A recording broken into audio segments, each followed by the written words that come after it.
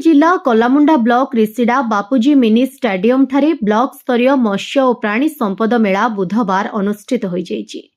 एही अवसर में आयोजित सभारे कलामुंडा बीडीओ सुचरिता मुर्गी अध्यक्षतार मुख्य अतिथि भावे जिला परिषद अध्यक्ष पुष्पेन्द्र सिंह देव, सम्मानित अतिथि भावे ब्लॉक अध्यक्षा कुनी साहू, तहसीलदार अरुण बर्गे, ओमफेड साधारण प्रबंधक रजनीकांत पंडा, भवानीपाटना उपखंड प्राणी चिकित्सा अधिकारी प्रभात कुमार परिडा, कलामुंडा ब्लॉक प्राणी चिकित्सा अधिकारी केदारनाथ खमारी, सहकारी मत्स्य अधिकारी शक्तिकांत बेहरा, कलाहांडी अतिरिक्त जिला मत्स्य अधिकारी अरुण कुमार साहू, रिसिडा सरपंच सेवती रणा, जिला परिषद सभ्य महेन्द्र रणा प्रमुख जोगदे सरकारक विभिन्न योजनार विस्तृत भावे आलोचना करने सह योजनार फायदा नेबाकू चाषी मानकू परामर्श देथिले।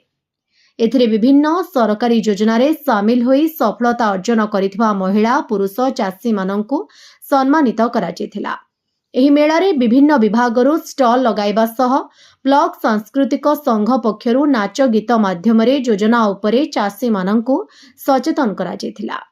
कार्यक्रम रे कल्लापड़ा प्राणी चिकित्सक सुदेवी भंज संयोजना करथिले और केदारनाथ खमारी स्वागत भाषण देथिबा बेले शक्तिकांत बेहरा धन्यवाद अर्पण करथिले।